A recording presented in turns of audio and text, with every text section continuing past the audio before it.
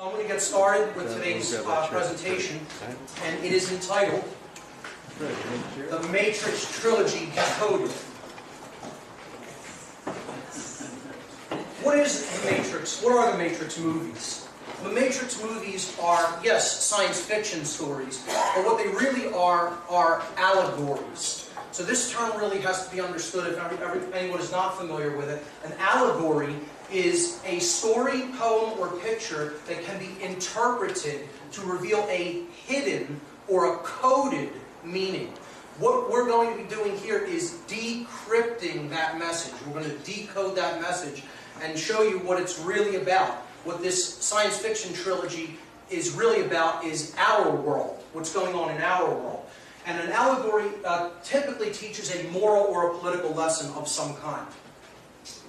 So, the allegory of the Matrix is actually about our world being under complete control.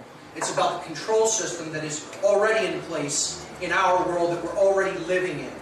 And it's controlled by hidden forces or occult forces. It is an allegory about how this planet is being turned into a prison society, and that we're already really living in that prison society and are largely unaware of that fact, or at least the bulk of humanity is unaware of that fact. The people in this room are most certainly aware of it. But the good news about the Matrix, of the allegory of the Matrix trilogy, is that it also shows us the key. It shows us how we can get out of that prison society that has been built up all around us. So, each movie answers a different question. The first movie answers the question, what is the Matrix? When they're talking about, quote-unquote, the Matrix, what is that? What do they mean by that? And that's what the entire first movie gets into. The second movie answers the question, why are we in the Matrix? What are the causal factors that led to this condition? And I would suggest that this is why the second movie is wildly unpopular in comparison to the first movie. For people who can see the control system, at least, and are not resistant to at least seeing the controls in place in our world, they're still very resistant to understanding why that control system is in place and what's perpetuating it. And most unpopular of all is the third film, because the third film answers the question, how do we get out of the Matrix? And that's the information that people are actually the most resistant to hearing, because that involves deep internal change in a person's thoughts, emotions, and actions. And that's the thing that they're the most resistant to. So that's why I would suggest the second and third movie did not nearly gain the traction of the first one. So let's start in and take a look at the first movie, which answers the question, what is the Matrix?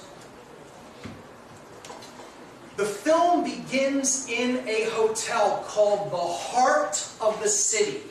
So it's starting at the heart. This is very highly symbolic, as we will see, because one of the things people miss in this movie is that it begins and ends in the same place, in the heart. Okay? It actually comes around full circle, and Neo actually ends up in this building at the end of the film. Okay? So every movie, every one of the movies also begins with Trinity, the main female lead, played by Carrie-Anne Moss, in distress, in severe distress of some kind. Each movie starts with her under attack or in distress, okay? Because she represents the feminine force that is in distress in our world, okay? She's under attack by agents at the beginning of the first film.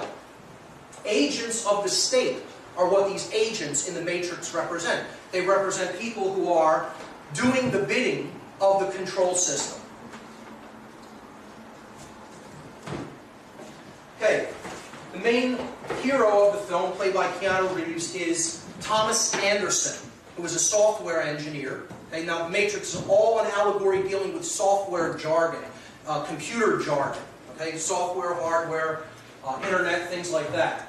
So, another thing a lot of people miss is that at the beginning of every film, the first time you ever see the main character, he is asleep. Every film. Okay? And this is suggestive This is suggestive that we are asleep because Thomas Anderson represents the everyman. He is us. Okay? He represents our position as the average human being trapped in the matrix and asleep. Okay? Not having awoken yet. And he receives an encrypted message on his computer that says, "Wake up, Neo." See, that's his hacker name, Neo. We'll get into what that represents, the name. The matrix has you. It owns you. Okay? And follow the white rabbit is the advice he's given. And that's suggestive, of course, Lewis Carroll's Through the Looking Glass, which is also about a reality that is hidden from our view. So, his apartment is room 101. Now, this is a direct reference to 1984, the book by George Orwell. And room 101 in that film represents the place where your deepest fears are contained, that you have to go into. The protagonist of that movie had to go into near the end of the book. The book 1984 had to go into, and unfortunately, that movie has a very dark ending where The Matrix actually has a quite hopeful ending. But room 101 represents fear, and you see the one eye symbolism as well here, with the character peeking out fearfully through the door. This is a scene where a bunch of other hacker types come to his house to take some code, to take some stolen information from Neo, who he has paid a couple $1,000s for at the beginning of the film. Now, the money stash that he uses is a book. It's a hollowed out book. But this book is actually what inspired the film. Okay? It's a real book. It's by Jean Baudrillard. Okay? And it's called Simulacra and Simulation. And it is a book about how we are lost in the map and we are not even seeing the territory for what it is. It's a book about how our perceptions are completely misguided and we are misled into a dream world. And we're believing that the symbols and the map are the real world, and we're not even really paying attention to the real world. We're not paying attention to nature at all. Okay?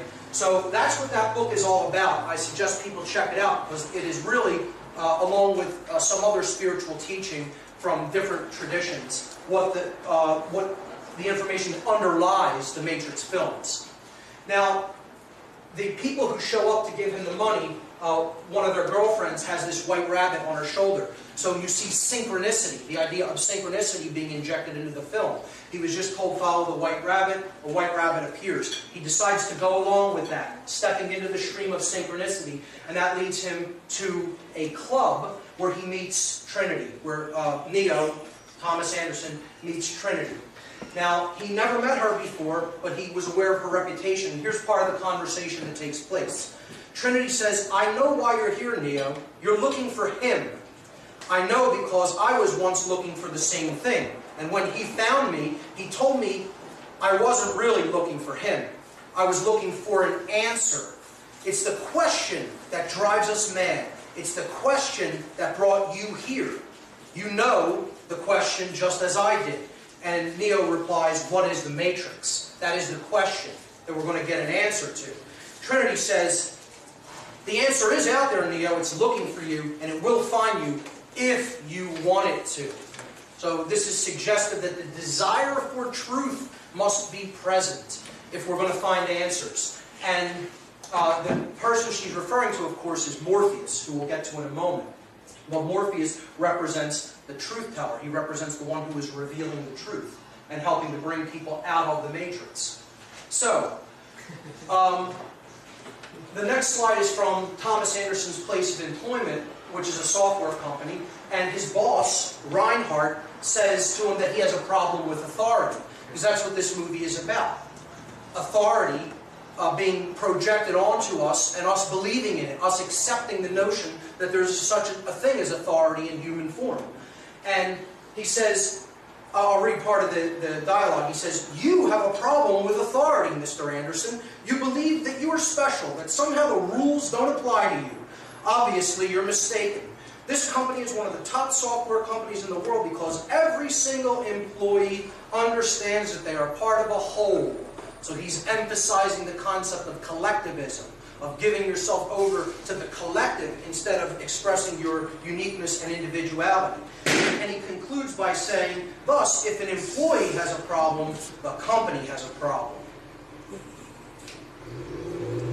So, agents of the state show up to question Neo, and he doesn't know why they're there. So he's on the phone with Morpheus, and Morpheus says to him, I have been looking for you. I don't know if you're ready to see what I want to show you, suggesting that most people aren't ready. They're resistant. They don't want to see the truth. Okay? He says, but unfortunately, you and I have run out of time. And that's where we're at. We're at the time where it's no longer time to sugarcoat this information. We have to get it out there whether people are ready to hear it or not. So they come for, these agents of the state come for Neo, doesn't know why they want him, and they bring him to a holding center to interrogate him. So they're trying to inject him with fear and, bully him and, basically make him afraid. And one of the strangest scenes in the movie, one of the agents is able to actually make his lips melt together and silence him. And this suggests that what the agents of the state really want is to silence us. They don't want us speaking out. They want us afraid and they want us quiet. Afraid and quiet. And that will be playing into their hands. We have to speak up now more than ever. Also, they bug him. They hold him down and they put an electronic bug in his navel. Okay? And what this is suggested of is they're trying to keep you in fear that they're always listening to you. Oh, I can't post this on Facebook, it's under surveillance. I can't talk about this on the internet, they'll listen to what I'm saying. Well, shed all of that fear. Come out, speak the truth. If you're standing in the truth, nothing's ultimately going to stand in your way. I want the agents of the state to hear what I have to say, because maybe they'll learn something. Alright? So that fear needs to be shed. So he finally meets Morpheus. Again, Morpheus in Greek mythology represents the god of dreams. He is revealing the dream. That's what Morpheus actually means. Okay? And this is a famous meeting between Morpheus, Trinity, and Neo. And Trinity brings them together. Trinity, who represents our emotions, brings our action, which is the will, which is what Neo represents, into alignment with thought, which is what Morpheus represents. So let's take a look at these three characters and what they really represent allegorically. They are different aspects of our consciousness, of the expression of our consciousness. And Neo represents, well, I'll start with Morpheus. Our consciousness, the expression of our consciousness, is composed of three modalities or dynamics: our thoughts, our emotions, and our actions. These are the three ways we express our consciousness. Morpheus represents the mind. He is the thoughts aspect of consciousness. So he is the mind. He is our intelligence. When we use the mind, we're gaining knowledge. We're making a connection with truth. That's what Morpheus represents. That which is going to show us the truth. Okay? Trinity is the spirit. She is the sacred feminine, the heart, our compassion, love energy. That's what she represents. And again, she acts as the bridge between the two. The heart is the bridge between our mind and our will. The heart is the center. Our actions is represented by Neo. He is the will. He represents courage. He represents the exercise of conscience, doing that which we know to be right. And he represents our desire for freedom, for true freedom. Okay? So he is the will. When they meet, finally, when the thoughts reach out to the actions, to the will, and they finally meet in the Lafayette Hotel, Morpheus presents Neo with a choice, and here's how the dialogue goes. Morpheus says, "You're here because you know something. What you know you can't explain, but you feel it. You felt it your entire life. That there is something wrong with the world. You don't know what it is, but it is there, like a splinter in your mind, driving you mad. It is this feeling that has brought you to me. Do you know what I'm talking about?" And Neo replies, "The Matrix." Morpheus says, "Do you want to know what it is? You want to know what the Matrix is? The Matrix is everywhere. It's all around us, even now in this very room. You can see it when you look out your window, when you go to church. When you turn on your television. You can feel it when you go to work, when you go to church, when you pay your taxes. It is the world that has been pulled over your eyes to blind you from the truth. And Neo asks, what truth? And Morpheus replies, that you are a slave, Neo. Yes. Like everyone else, you were born into bondage. Born into a prison that you can't taste or smell or taste or touch. A prison for your mind. Unfortunately, no one can be told what the Matrix is. You have to see it for yourself. So this is the idea that we have to have our mind open enough to see the system of control that is all around us. No one can really explain it to us. We have to be open-minded enough to see it for ourselves. He says, this is your last chance. After this, there is no turning back. You take the blue pill and the story ends here. You wake up in your bed and believe whatever you want to believe. If you take the red pill, you stay in Wonderland, and I show you how deep the rabbit hole goes. Another reference to Through the Looking Glass. And this is suggestive that the truth, to understand the truth, is a choice that only we can make. And the frequencies represented by the two colored pills are something that is a part of the code of this allegory. See, blue frequencies are about passing. It's about passive energy, okay? And that means if you don't want the truth, you would be shifting toward the blue frequency field. Red is about pushing forward and engaging the will and going wherever the truth leads, okay? It's the masculine aspect, which is what we have to engage when it comes to the acceptance of the truth. We have to employ will to understand what is really going on in our world. So that's why he has to take the red pill and not take the blue pill. He has to accept the truth and move forward with it, to go where it leads as opposed to pass on. That's what that represents. Okay, so of course the main character, our hero, Neo, takes the red pill. Before he takes the red pill, Morpheus finally says, remember, all I'm offering is the truth, suggesting that it is not going to be a pleasant experience, because understanding the truth isn't a pleasant experience. Okay? Now the movie starts moving very fast from the point where he takes the red pill. And after he takes it, the regular world around him dissolves, it goes away, okay? And he wakes up in a horror-filled world. And that's what learning the truth is like. All of your illusions that you previously believed are falling away, and now you're waking up to the horror of our reality, okay? He wakes up in a pod of like gelatinous goo, connected with all kinds of tubes and machines all in his flesh. And this is about that the system has its hooks in us. It has its hooks in every part of us. And we need to shed those hooks. We need to purge ourselves of them. Okay? And when he looks around, for as far as the eye can see in every direction, there's human beings in these pods. Still completely unconscious and in this total machine system that's feeding off of their energy. Okay? When he looks down, it's as far as the eye can see, like a gigantic tower. You can't even see the bottom. You can't even see the top. It seemingly extends forever. And this is the horror of our situation, that we live in a world of people who are still connected to no aspect of reality whatsoever. They still completely engage in, accept and believe the illusion that is projected at them by the mainstream media, the government, religion, etc. People are not in connection with truth. They're in connection with fantasy land.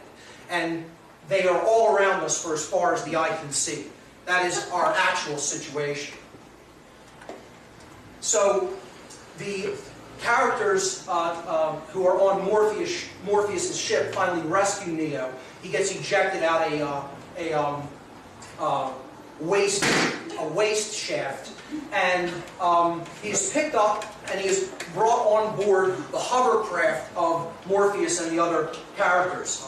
The hovercraft is called the Nebuchadnezzar, and they bring him on board this hovercraft, and he's a wreck. They have to rebuild his muscles because he's never actually really moved his own muscles. He's lived in this pod. He's been grown like a plant instead of lived his life like a human being. And in a pod his whole life, so his muscles have atrophied. This represents the weakness that we're in when we first start waking up, when we first start coming out of illusion, okay? That we have to build ourselves back up, because it's like, you know, throwing someone a weight whose muscles have atrophied. They're not going to be able to catch it. They're not going to be strong. You know, when they're first, you know, starting to use their muscles, you know, they're just, you know, getting their legs under them. So it has to be taken slow in a stepwise progression to give people information when they're first coming out of the matrix. So he asked the question at one point when they're doing this work on his body, why do my eyes hurt? And Morpheus answers, because you've never used them before. So he's telling him, you've never seen the world for what it really is. You've never really opened your eyes. You've never really used your own eyes. You know, you've been buying into the illusions all around you, and you've never seen the world as it really is for yourself. Okay? So that's what that part represents. So Morpheus explains to him that they're on hovercraft, and they have computer technology there that allows them to jack into the matrix and broadcast a pirate signal, which allows them to project their consciousness into the machine's programming. We'll understand what that is as we get into the story of what happened on the Earth in the movie. Okay? But basically, these are the machines that they jack into the matrix through. And here you see them, he's putting Neo into one of these machines, and he's going to show him one of their programs that they call the Construct, which is their loading and training program. Okay? So this is the construct that he takes him into, and they can project any kind of scenario that they want for training or learning purposes. And it's, you know, it makes the mind experience this as if it were real, but they're actually in a computer-generated reality. So Morpheus says, when Neo is surprised and he says, this isn't real, Morpheus replies and he says, what is real? If you're talking about what you can feel, smell, taste, and see, then real is simply electrical signals interpreted by your brain. This is the world that you know now. The world as it was at the end of the 20th century. It exists now only as part of a neural interactive simulation that we call the Matrix. You have been living in a dream world, Neo. So in other words, the reality that he thinks is present is gone. The machines have taken over the world. Okay? And the Matrix, his former life as a software engineer, was all a projection by the machine. It wasn't the real world. The machines were projecting that reality for him to stay alive and keep engaging his mind so that they could be fed energy through that mental energy and physical energy of the body, of the person in the pod. Okay? And this is the world as it really is. It's devastating. And this is suggested that our world is devastated. Our world is completely devastated. Truth is devastated. Nature is devastated. Okay? Ourselves are devastated. We are destroyed as a people. And there's just a wasteland. And, you know, the machines basically are running the show. And what that suggests is machine consciousness is running the show. So, humans are no longer born as he describes it. They are now grown in these pods. And these are harvesting machines. These big, huge octopus-like creatures are harvesting human beings that are all in each one of these little pods. And this is how they live from their birth. They're in these machines and they feed the system. They actually give their energy to the system. This is about us feeding the system through our compliance with it. So Morpheus says that the AI that took over the world was a singular consciousness that spawned an entire race of machines. He refers to it as a consciousness. Again, it's machine consciousness. It is intellect with it completely divorced from any wisdom. It is intellect completely divorced from any true care or heart or compassion.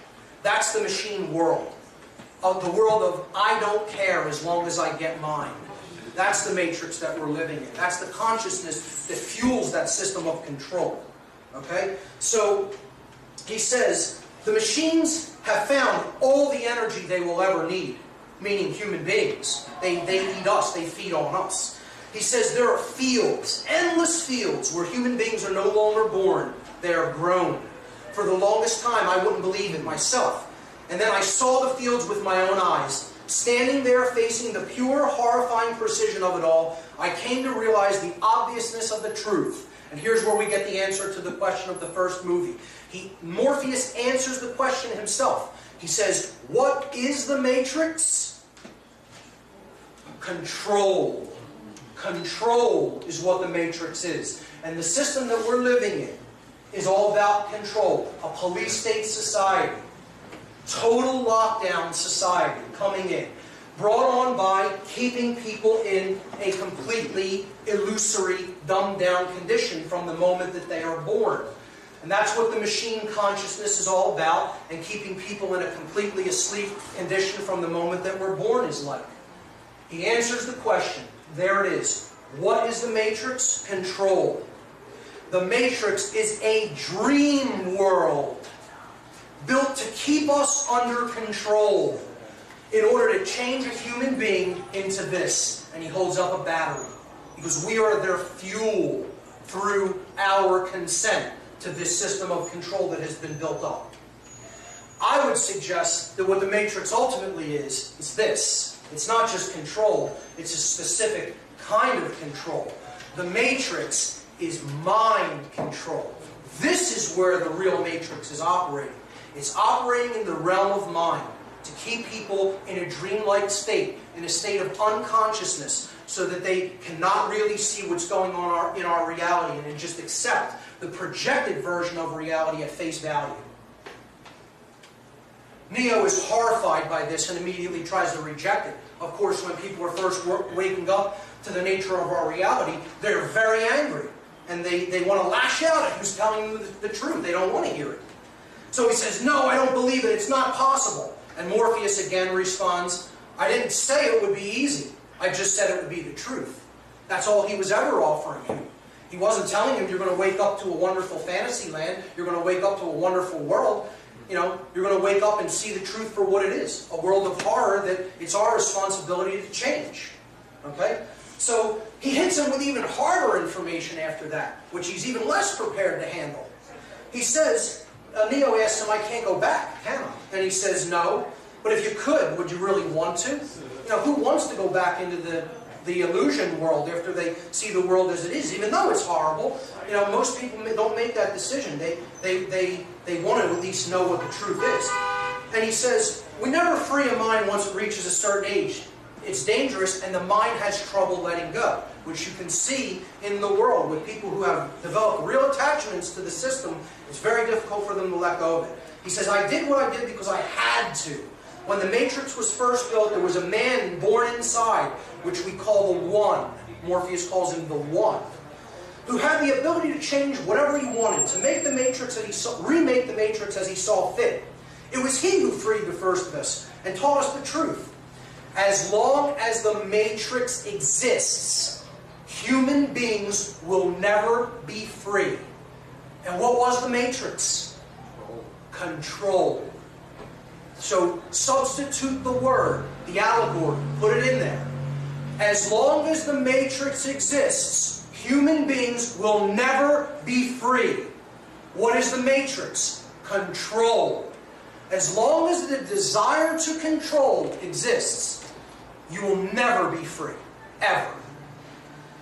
So, he says, after he died, meaning the One, his return was prophesied. And it was prophesied that his coming would hail the destruction of the Matrix, the destruction of the world of control. And that the war between us and the machines would end, bringing peace to our people, bringing freedom to our people. He says, that is why there are those of us who have spent our entire lives searching the Matrix, looking for him. I did what I did because I believe that search is over, referring to Neo. So he just drops onto Neo that he believes that this guy is the savior of humanity, that he's the savior of the world. He just woke up, he's newly woken up to the reality that's all around him, and he's still horrified by it. And now this guy just hit him with the fact that he's the savior, or so Morpheus believes. Okay? So let's continue. Morpheus then...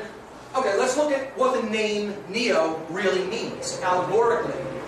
Neo represents our neocortex, the higher part of the brain, and the newest part of the brain in evolutionary terms. Neo is a Latin prefix meaning new. Okay? It's also an anagram for the word one. You just rearrange the letters of Neo and you get one. So what Neo actually represents, that is going to be our savior, is balancing the left and right brain hemispheres, okay, and bringing the entire brain complex together as one, ultimately bringing consciousness together as one. That can't be done unless it can be done physiologically.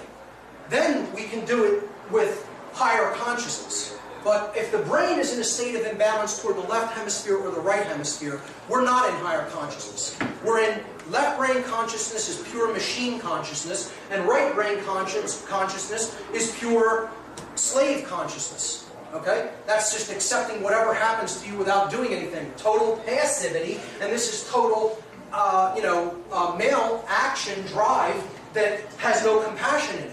Only when we bridge these two in conjunction with the heart do we really wake up to our higher selves. Okay, so what Neo represents is this occult or this esoteric concept of the new man, the being that we need to give birth to by working upon ourselves and our consciousness. All right, and bringing our thoughts, our emotions, and our actions into alignment once we have balanced these hemispheres of the brain. It is the enlightened or illuminated man. It's a new being, a new species, so to speak. It's the next stage of human evolutionary development, which happens in consciousness, not physically. It happens here and here. That's where that evolution takes place. So that's what ultimately Neo represents. And again, that is the Savior. That is our Savior. That's what we need to do. That's where we need to go if we're going to really create any lasting positive change in our reality. This is a famous fight scene. Morpheus takes Neo into their training construct and begins to train him, okay, to try to free his mind. All right? And again, this scene is where I got the phrase "free your mind" from. The conference is named directly after this movie from this scene in The Matrix. Okay? So he says, he's fighting, Neo is fighting Morpheus, and he cannot beat him. He's given all the programs for jiu-jitsu and other forms of kung fu, and he knows all the forms and the techniques, but he still can't beat Morpheus, who is older and seemingly weaker body-wise. He's in better shape as a physical specimen. Neo is, but he can't beat him. And he's like, why do you think you can't beat me? And he says, do you believe that me being any stronger or faster here has anything to do with my muscles in this place, meaning the construct? So he's trying to explain to him this is all about being strong here in the mind. That's where, when we start to take action in this realm, that our strength has to reside. And he says, I am trying to free your mind, Neo, but I can only show you the door. You are the one that has to walk through it. So, you could lead a horse to water, but you can't make him drink. You could show someone the truth, but you can't make them accept it. That's what he's saying. He's saying you have to let it all go. Fear has to be let go. Doubt has to be let go. Disbelief. Free your mind. He says, you're the one who has to walk through the door, suggesting that ultimately only the person themselves creates transformation. Transformation is created within, and it's done according to our accepting the truth and then putting it into practice in our lives. So you're the one who has to do it. He shows them another training program, which they call the JUMP program. And this is about having faith in yourself. All right?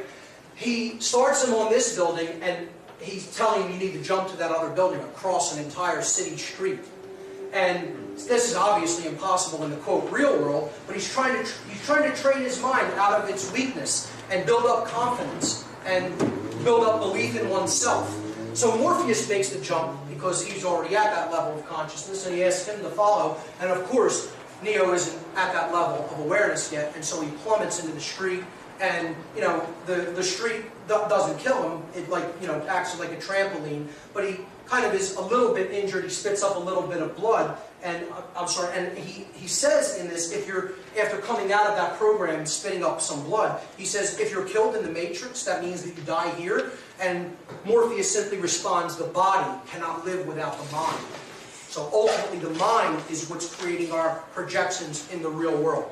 So, continuing, he then shows him another training program that is all about the agents of the system and how they're really all around us. And the agents can be anybody within the system, because the system is what people are attached to. Okay? So they're not willing to follow the truth. They're not willing to do the right thing. They're going to do whatever the system commands them to do. So anybody's a potential agent of the control system. Morpheus says the Matrix is a system. That system is our enemy. When you're inside, what do you see? Businessmen, teachers, lawyers, carpenters. The very minds of the people we're trying to save. But until we do, these people are still part of that system, and that makes them our enemy. You have to understand that most of these people are not ready to be unplugged. Many of them are so inured, they are so hopelessly dependent on the system that they will fight to protect it. They will fight to protect their enslavers.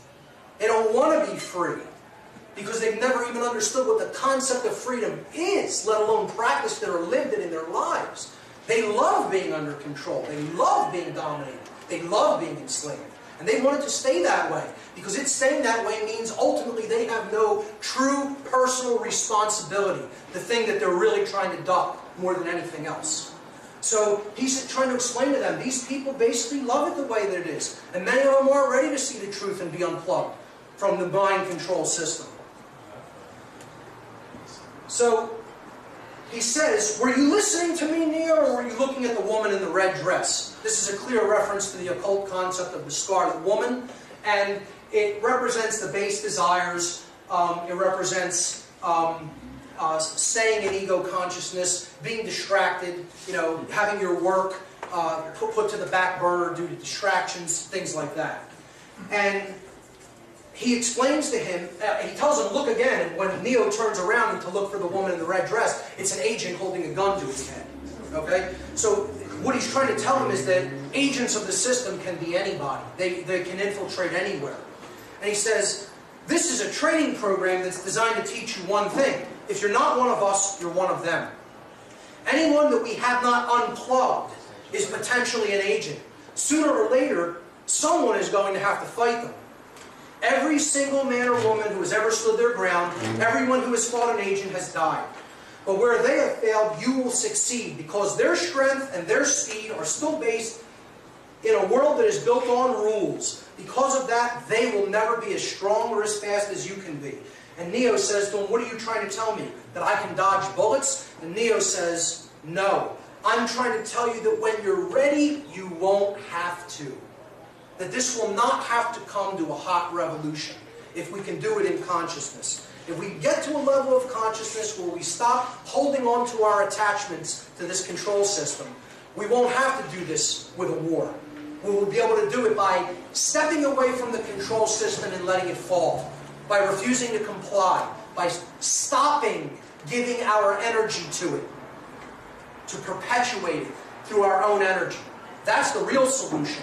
And not a single bullet would have to be fired if we can get it done that way. And that's what all of my work is about. 100% of my work is to try to avert that hot revolutionary potential. I don't want to see it come to that. I'll be ready if it does come to that, guaranteed. But that's not what I really want to see happen. Otherwise, if I did want to see that happen, I would shut my mouth and never say a word. All of my work is to try to avert that. All of it. Okay? So, the next scene is about Cypher. He's one of the crew on the Nebuchadnezzar, Morpheus' ship. And he is hardly upset by what he has learned in the real world. He hates being unplugged from the Matrix and wants to go back in. He wants to go back asleep. He wants to just live out his life and just feed his base, ego-driven desires, and not pay attention to the truth, and not try to change because he doesn't have the will to do it. He doesn't have the will, the sustained effort and will to continue to press forward. So his question is, why, oh why, didn't I take a blue pill? You know, I woke up to this world of shit, basically. And I hate it, and I don't want to be a part of it anymore. I want to go back to sleep. All right?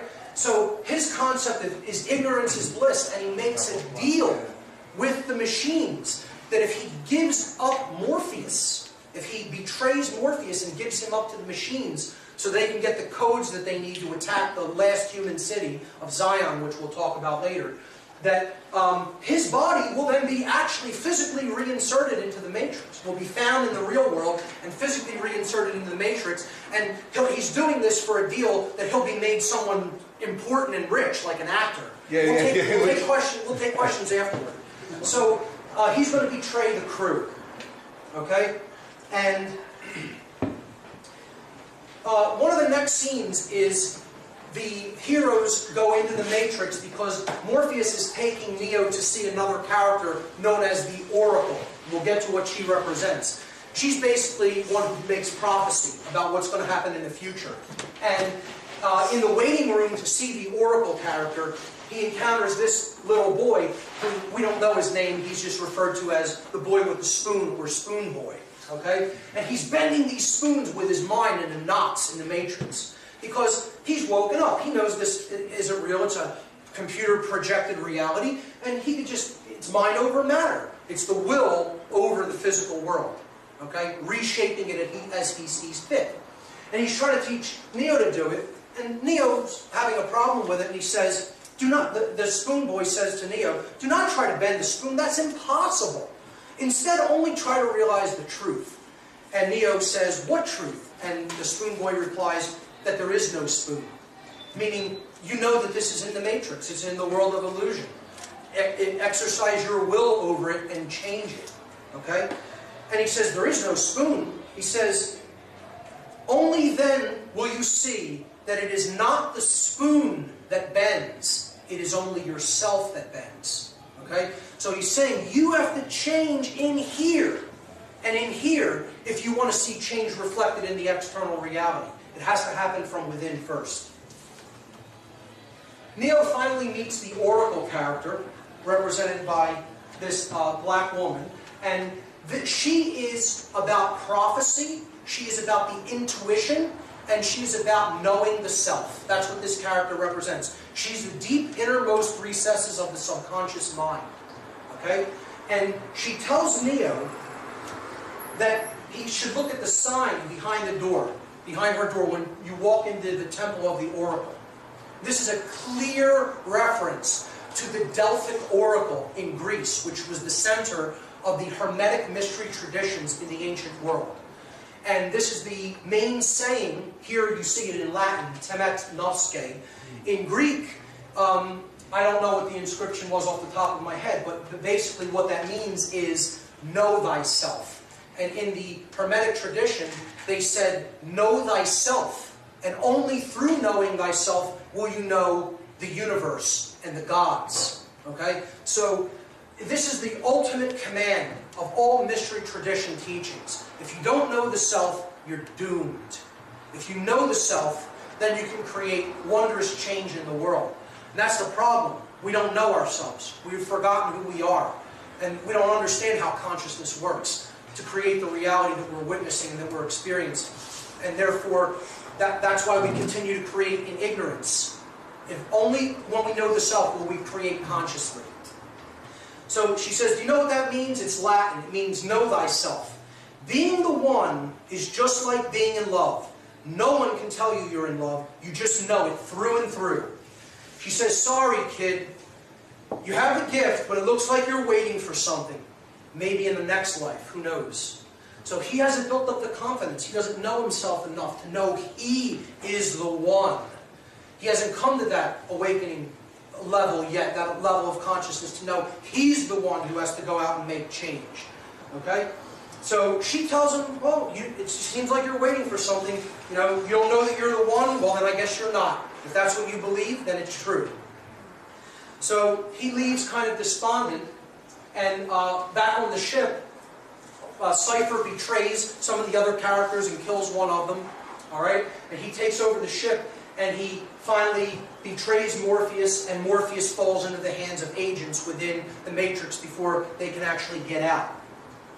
So here you see Morpheus being tortured and questioned by some of the agents. And Agent Smith says to Morpheus, in reference to the Matrix itself, the system of control, have you ever stared at it and marveled at its beauty, its genius? Billions and billions of people just living out their lives, completely oblivious. Talking about the control system we're living in. He says, did you know that the first Matrix was designed to be a perfect human world? Where none suffered, where everyone would be happy. It was a complete disaster. No one would accept the program. And that's because as a species, human beings define their reality through misery and suffering. This is Smith's dark, poisoned worldview of humanity, of how he sees humanity. And this is part of our poisoned worldview. Why we're still stuck in the Matrix is this is a lot of people's poisoned worldview.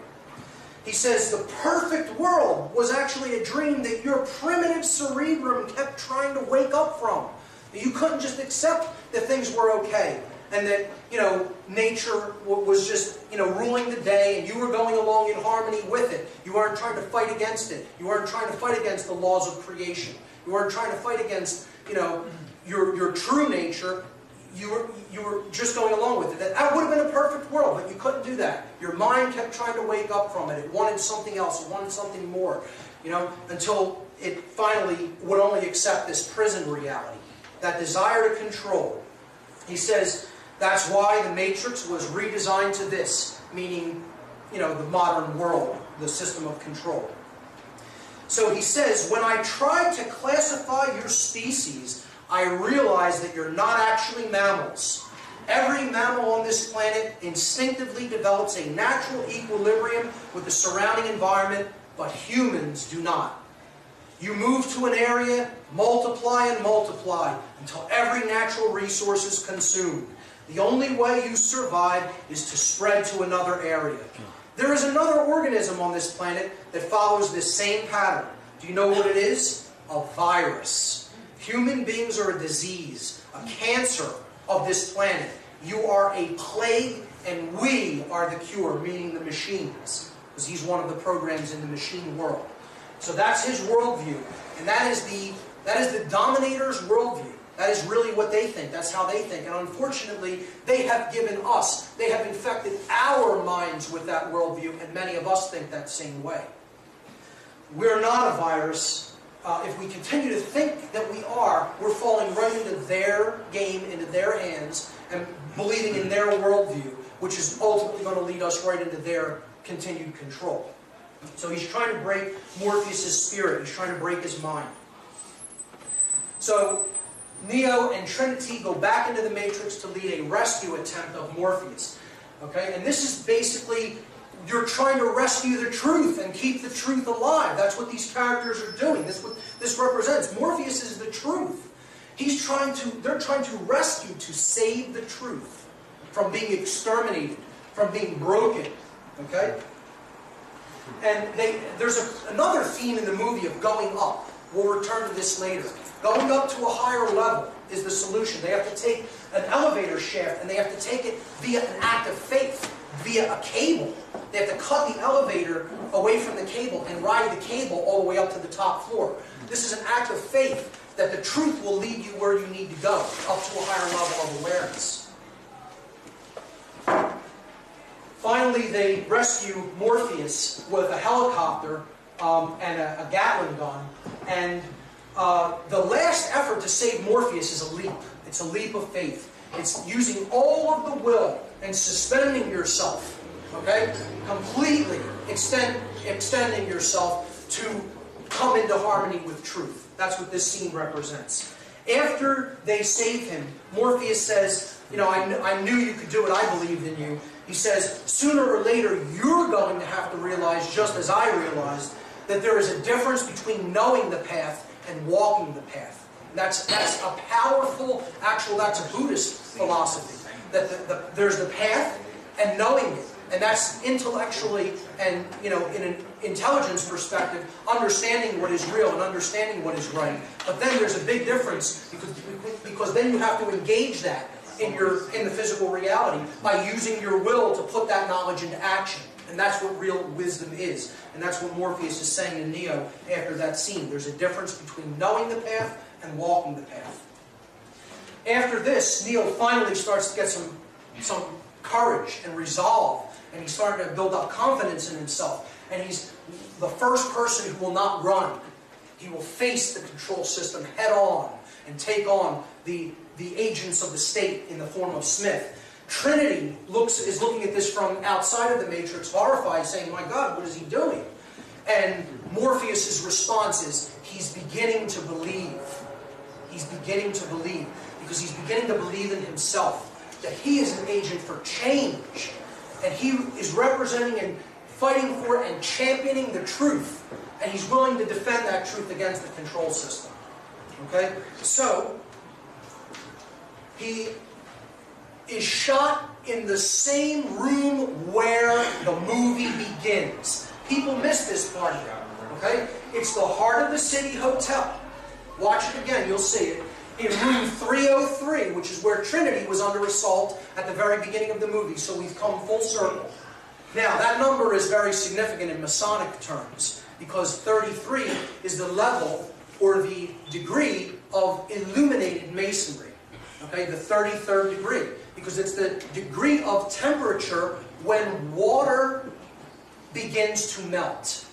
It's frozen as a block of ice, meaning we are encased in ice. Our heart is not actually, we are not warm, or we have not thawed our negative emotions. Our care is not really flowing. But when we come up to the 33rd degree, the light of the sun, knowledge, okay, of the true self, has thawed it and has turned it back into water. Okay, so that's what 33 represents there. And I guarantee you that is no accident.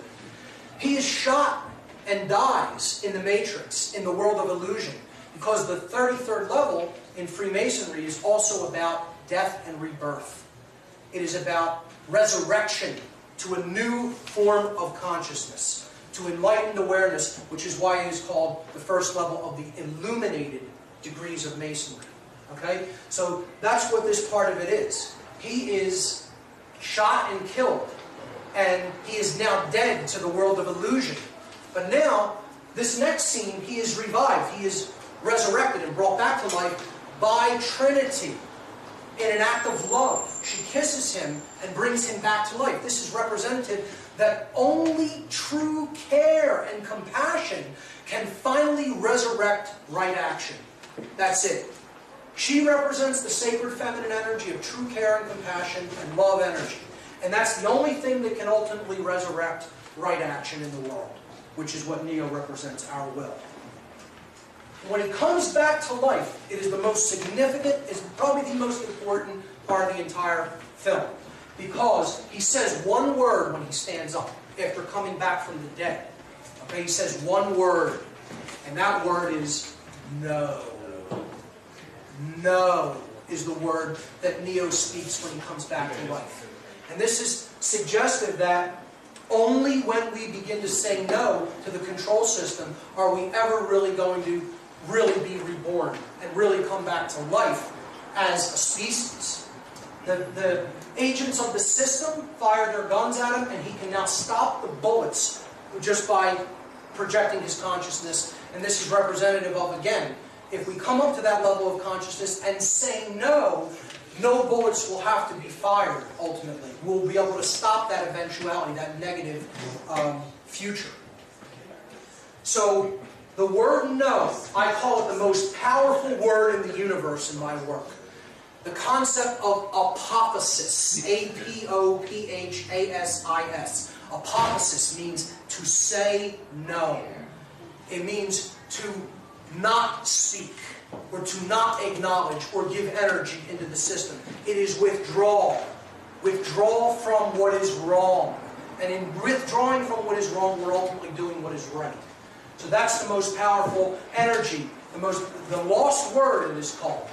And that's what we need to step into, that form of consciousness. When he wakes up, he can see the code of the matrix. He can see it for what it really is. He has new sight. He has new eyes. He is now really realizing the truth. And he can seemingly fight the control system now with a hand behind his back.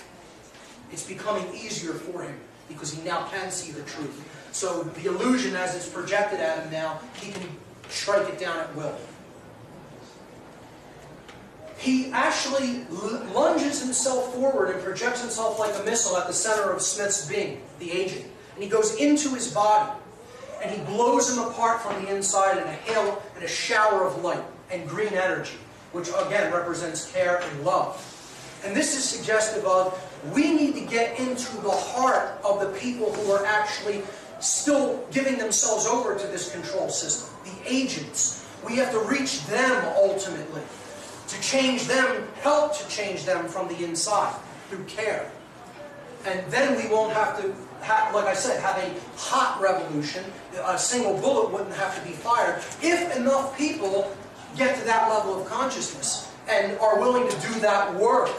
Therein lies the problem, that there doesn't seem to be enough people with that level of consciousness and who are also willing to engage that work. I keep telling people on my show, we are not going to change this reality unless we can reach the people who are still willing to give over their mind and body to this system of control. You have to change their mind. Actually has to be changed. And people need to be willing to do that work of influence and that work of reaching out to those people. Otherwise, forget it. It isn't going to happen. We're going to see a very dark and painful future if more of us don't wake up to that level and become willing to do that work. So, the movie ends with the phrase system failure, the control system coming down, the hope of it coming down anyway. And Neo says, I know that you're afraid. He's talking to the agents inside the Matrix now. I know you're afraid. You're afraid of us. You're afraid of change. I'm going to show all of these people what you don't want them to see. I'm going to show them a world without you. A world without control. Without boundaries. A world where anything is possible. And synchronistically, when he's saying the words where anything is possible, right after that, when this fades out, it zooms in to the M and the F, male and female, I would suggest.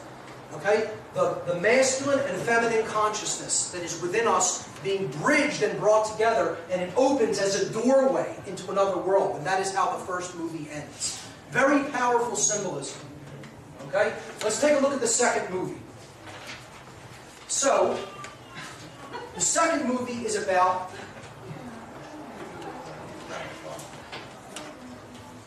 why are we in the Matrix? And this movie gets into much deeper philosophical frameworks than even the first one.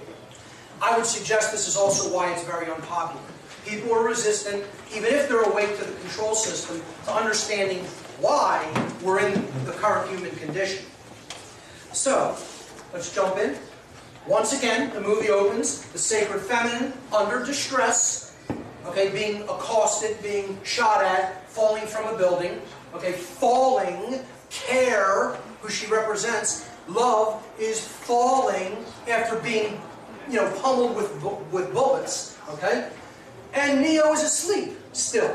This is suggesting that he may see the Matrix, may be able to start working within it, okay, and finding his power, but ultimately he's still asleep. There's still more for him to know, and that's about why this is created, because only in understanding the reason for something, the causal factor, can we really understand what's necessary to undo it. Okay? We get our first glimpse of the last human city, the only place the machines have been completely wiped out. It's called Zion. And people have a very misunderstanding of what this city represents. In the Kabbalistic tradition, in Kabbalah, Zion actually represents the spiritual center of creation, where the manifested reality is projected from. Okay? So spirit, okay, and care, and our thoughts. These are the things that are actually the projector. And then the projection is the physical manifested reality. Well, Zion is the center of the spirit in the Kabbalistic tradition. All right? And it also represents a positive hope for a better future world.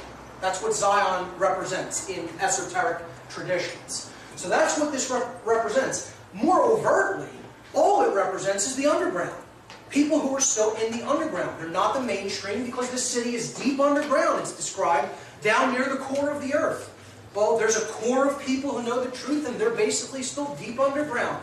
You know, internet radio, fanzines and magazines, and things, meetings like this and conferences like we're having. It's not mainstream. It's still very underground. We're trying to bring it up to the surface.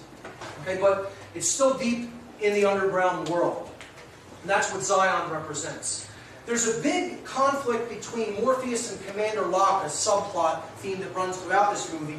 And this is the tension between one who has faith in what is achievable and possible, and someone who is still really trapped in 5 sense only thinking.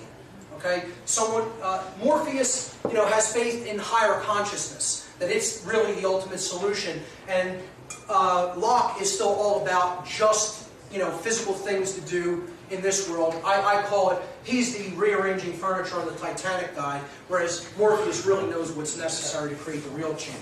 So Locke says, I don't care about oracles or prophecies or messiahs. I care about one thing, stopping that army from destroying this city, meaning the machine army who's coming to attack Zion. And he says, and to do that, I need soldiers to obey my orders. So he's still in the controlled consciousness from the Matrix. Not much has changed with him.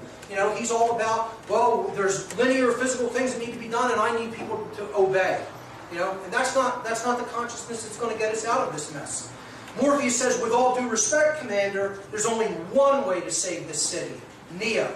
And what he's referring to is that unity consciousness that we have to get to. So let's move forward. Morpheus gives a phenomenal speech in this that's very inspiring. He says, the machines have gathered an army.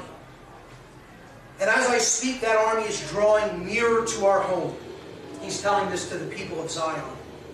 We have a difficult time ahead of us. But if we are to be prepared for it, we must first shed our fear of it. I stand here before you now truthfully unafraid, because I remember that for 100 years we have fought these machines. I remember that for 100 years they've sent their armies to destroy us, and after a century of war, I remember that which matters most. We are still here. He says, tonight, let us send a message to that army. Let us make them remember that this is Zion, and we are not afraid. So, incredibly powerful speech delivered by Morpheus about fear and how to conquer it. In this scene, we see that Smith has a new ability in this film to replicate himself. Agents are now replicating, and they're everywhere. Okay? So he puts his hand into the heart and turns it black. Okay? Highly symbolic. He's destroying people's care. He's eating their heart. And then he turns him into one of them, an agent for the system of control. Okay? So he takes over one of the people who is one of the crew members on another ship, Bane, his name is. Now, Bane is symbolic. Bane means poison in Latin. Okay? So that's how we are poisoned. We become poisoned through the heart. Actually, if you really want to get technical, what Bane means in Latin is not just poison. It means an agent of death. So highly symbolic. And again, poison was the main agent of death used, so it became synonymous with poison. So Bane is actually an agent that leads to death. Okay? So we see him taking over people through the heart, and that's ultimately bringing them toward death, because that's what he represents. Smith represents death, as we'll see in a moment. This movie is all about conversations that deal with purpose. Purpose. Okay? He says, this is a scene where Neo is talking to one of the counselors of Zion. And they go out into the engineering section, and he's having a conversation with him about all the machines that run the city. He said, Counselor Heyman is his name. He says, I think about all those people still plugged into the matrix. And when I look at these machines, I can't help thinking that in a way we're plugged into them. He's talking about technology in general. And Neo answers, but we control these machines. They don't control us.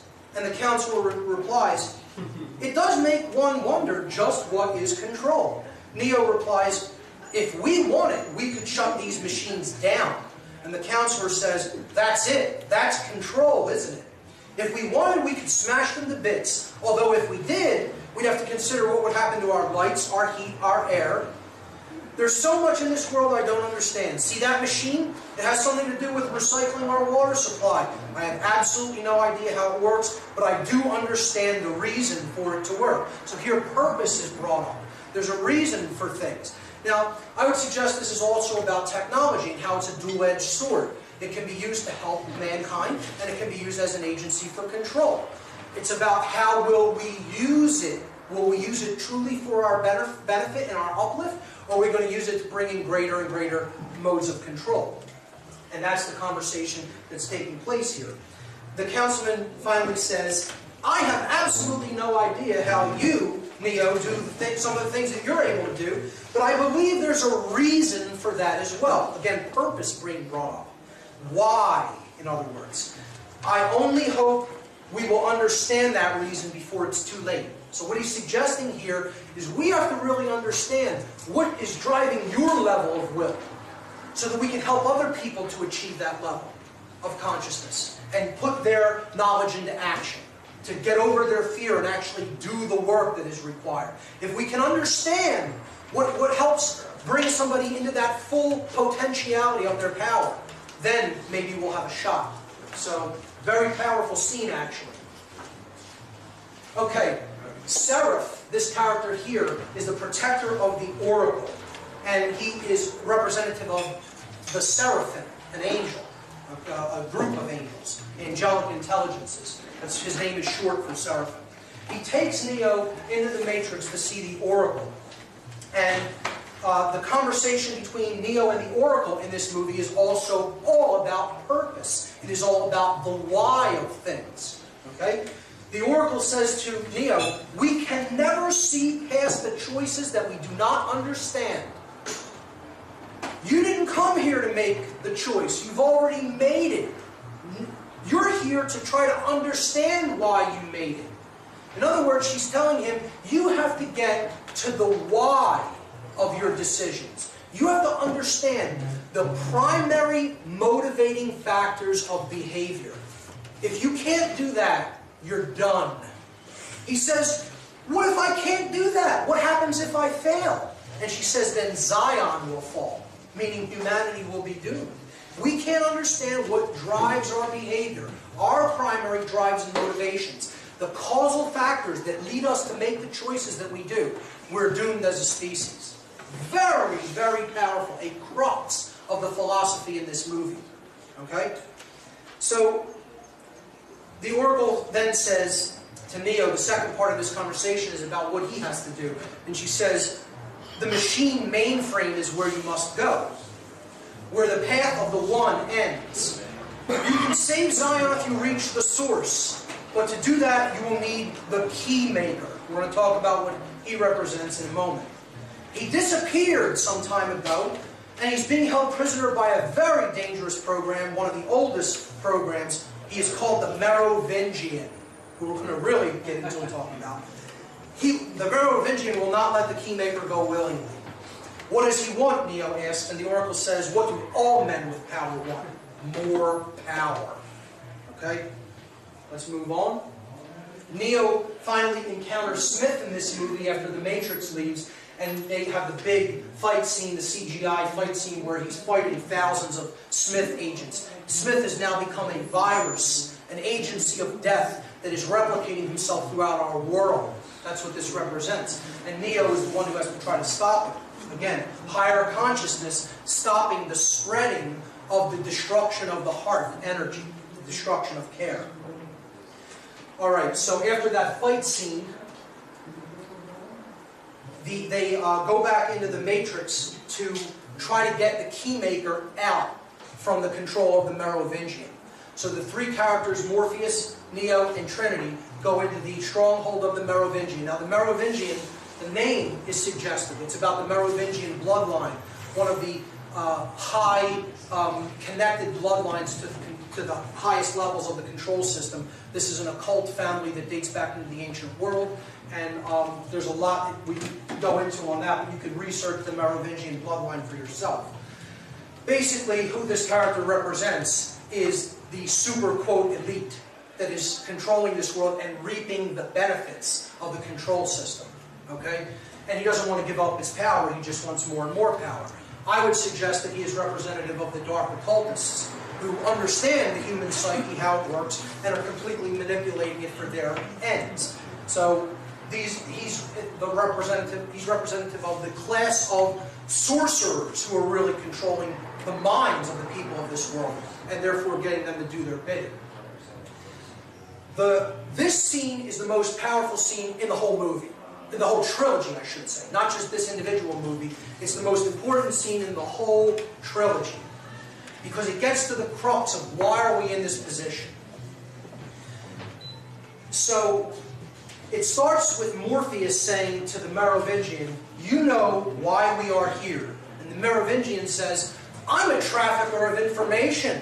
I know everything I can. Of course I know why you're here. The question is, do you know why you are here? And that question is a big question. Meaning, do you know why you've come to this place in the world? Do you know why? It's not about why are you in this building talking to me. Do you know why humanity has arrived at the condition that it has arrived at? That's the big question. Do you know what those causal factors are about? Because if you don't, good luck undoing it. Good luck making a better world. It's never going to happen unless you know what got you to where you're at first. So he says, the Merovingian says, do you know why you're here? Morpheus replies, we're looking for the Keymaker. The Merovingian replies, oh yes, it's true, the Keymaker, of course. But that's not a reason. This is not a why. The Keymaker is, his very nature is a means. It's not an end. And so to look for him is to be looking for a means to do what? What he's telling him here is, you're looking for the way out of your mess, but you don't want to understand why that mess is present to begin with. And without that knowledge in hand, you're never going to get out of the mess. You have to know why the mess was created in the first place. What got you to that condition? So Neo says, you know the answer to that question. And the Merovingian says, but do you? You think you do, but you do not. You're here because you were sent here.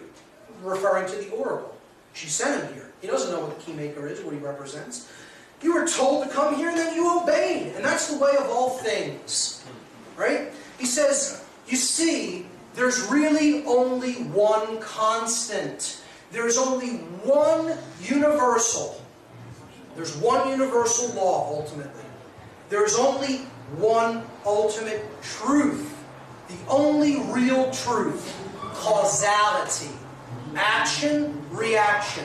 Cause and effect. Morpheus replies to that saying, everything begins with choice. And the Merovingian replies, wrong.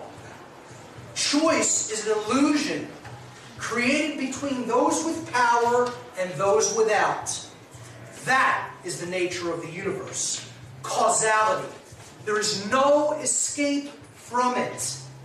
Our only hope, our only peace is to understand it. To understand the why.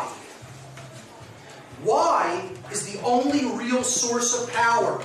Without it, you are powerless. Why is the only real source of power. Without it, you are powerless. Another link in the chain of servitude and slavery, until you understand the why. There it is. There's the conversation happening between the five of them. Of course, this is Persephone, the wife of the Merovingian. He ultimately represents Hades, or Satan, okay, in mythology. And this is Persephone, the wife of Hades, who is held captive by Hades in Greek mythology.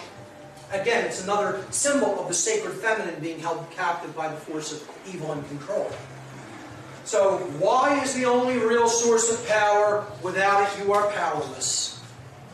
Understand that.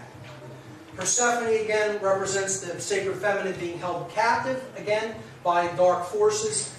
She ultimately betrays the Merovingian and helps the heroes get to the Keymaker in the dungeon he's being held in. Okay, so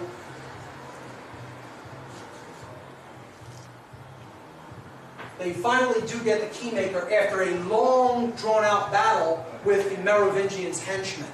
And that these, again, represent all people who have attachment to the control system, who are willing to just follow along a madman and a person who's evil and just totally driven by control for money, or for status, or for, this notion of themselves as, somebody who is fulfilling a role or a purpose. That's what they think is ultimately important and why they want to do it. They don't know anything else. That's what they know to be their purpose. And so, therefore, they give themselves totally over to something that really isn't doing anybody any real good in the world. They think that it is, but it isn't. This scene on the highway, where Morpheus has to rescue the Keymaker, ultimately represents the importance of defending truth on the information superhighway, the internet. That if we're going to really get the truth out there to people and unlock them, unlock their minds, we cannot let the internet fall into the hands of the agents. So that's what that whole battle is about, getting the Keymaker off of the, rescue him on the internet, on the superhighway. They finally do rescue the Keymaker with Neo's help. Neo has to come down and swoop them out of an explosion, a huge explosion. So again, that represents he's rescuing the truth and the key to unlock people's minds, who the Keymaker represents. The Keymaker represents the unlocking of the deepest subconscious desires, getting into the subconscious mind and really deeply penetrating, exploring, and understanding our motivations and hidden desires. That's what the Keymaker is. And that's why they need him. That's why they can't really do what they're going to do, which is unlock people's minds without the knowledge of how to do that. Okay, so he formulates a plan with three captains of three ships to go into the Matrix, disarm the defense system, and get Neo into a hidden part of the Matrix, a back door, so to speak, so he can get to the source and do what he needs to do. Okay, Smith is, of course, replicating here. You see him trying to take over Morpheus in one of the backdoor corridors while Neo is fighting him off. Finally, Trinity decides to help after one of the ship captains fails in their mission to disarm part of the defense system. Trinity decides to go into the Matrix. After promising Neo she would stay out of it, he's trying to protect her at this point because he has seen her death in a vision, in his dreams. And he doesn't want her entering the Matrix to try to change the plan, try to make the plan work, but she goes in anyway. She decides to sacrifice herself, go in even though there's tons of agents in there, to bring down part of the control grid so that the Keymaker, Morpheus, and Neo can do what they need to do.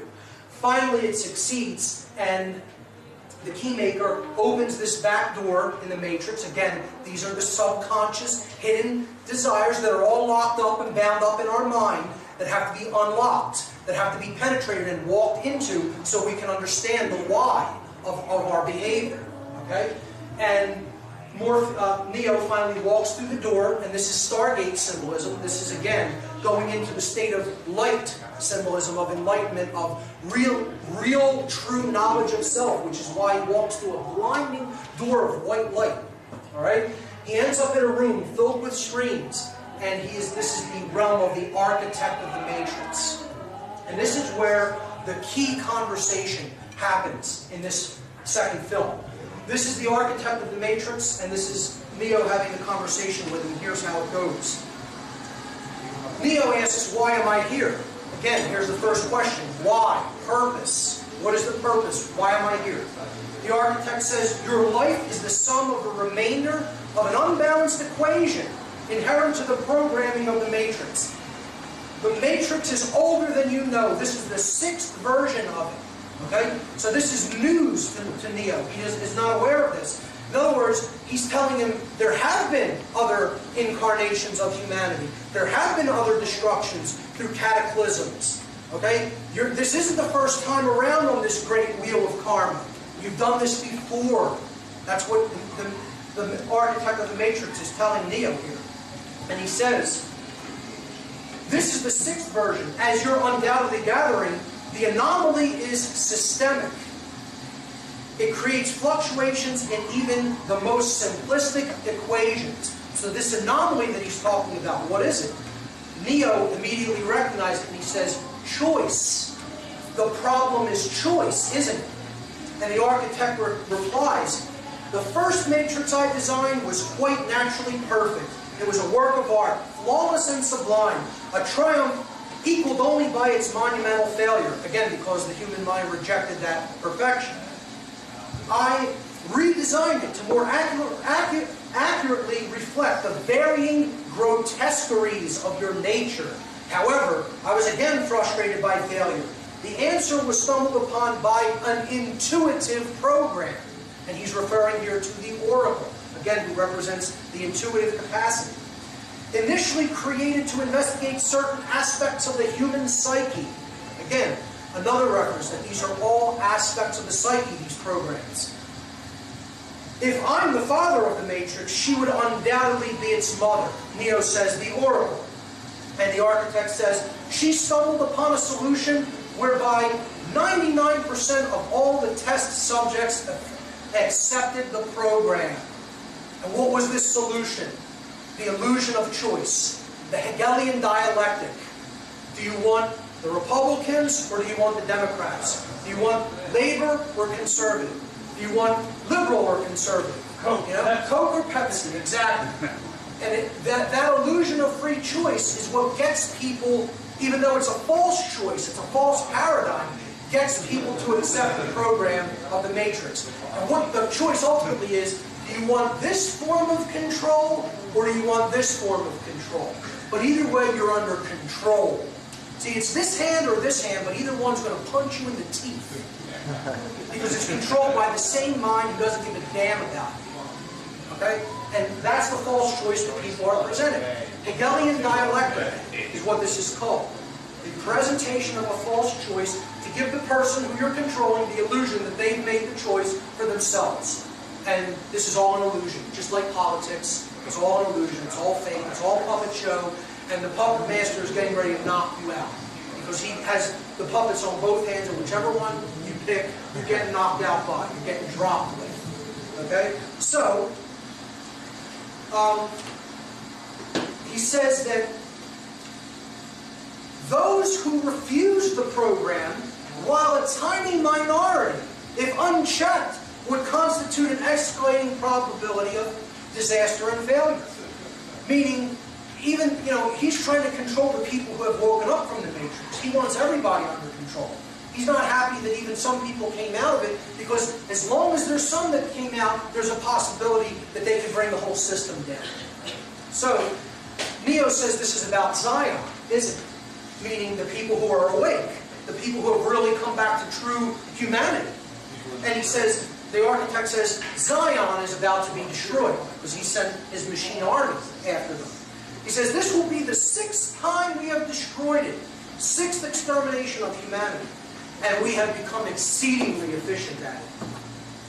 The architect then says to Neo, the function of the one is only to return to the source, after which he's required to select from the matrix 23 individuals. That's a highly symbolic number, which represents escape.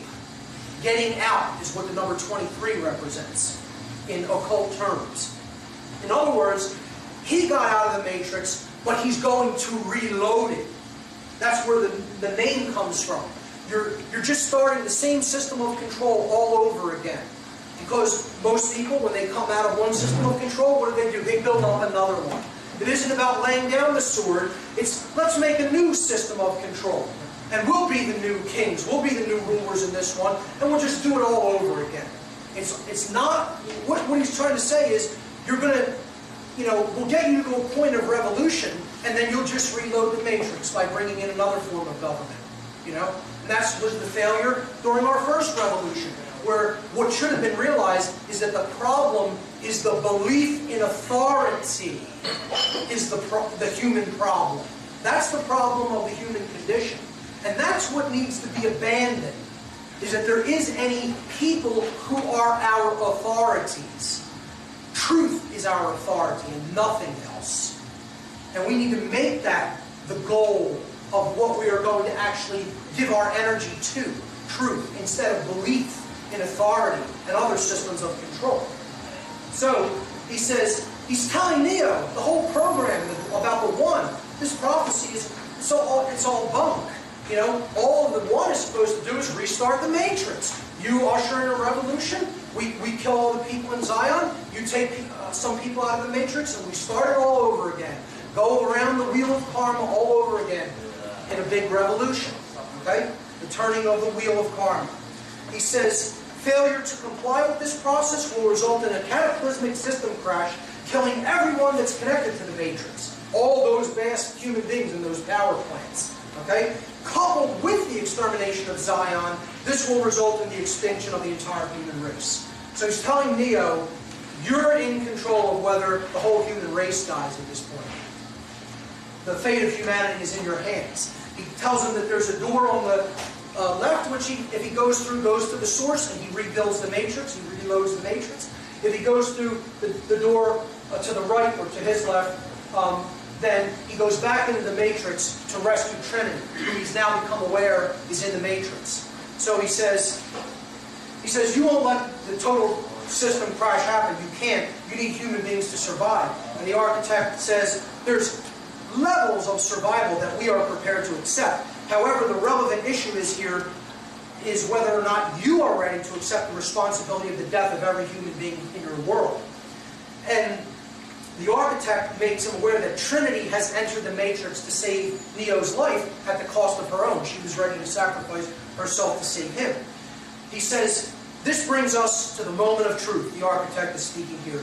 He says there's two doors. One to the right that leads back to the source and the salvation of Zion. The door to your left leads back to the Matrix, to Trinity, and to the end of your species. So you have to make that choice. He says, when Neo starts walking determinedly over to the door that leads back to Trinity, to save his love, to save care, to save compassion in the heart, the architect says, hope is the quintessential human delusion. Simultaneously the source of your greatest strength and your greatest weakness. He doesn't want Neo to make that choice because he wants the control system to continue. Ultimately, the only way that the Matrix can be brought down is if we rescue care. And that's what this scene represents. Neo makes the right choice. He takes the correct door and he goes back to rescue Trinity, which ultimately represents the heart. Because unless we can resurrect the heart, there's no way out of this system of control. That is basically the second movie. I don't know if I have a slide after that. Yes. Okay, so, some action takes place after that. This agent shoots Trinity through the heart. Okay, this is representative that the agents are ultimately killing care. The agents of the system of control in our world are ultimately the ones who are annihilating care in the world. He shoots Trinity right through the middle of the heart. But of course, Neo comes and rescues her before she falls to the street. And he inserts his hand into her heart in the Matrix and actually pumps her heart to bring her back to life. And this is representative of we have to actually bring care back to life in our world if we're going to stand a chance. We have to resurrect care by bringing the heart, getting the heart beating again.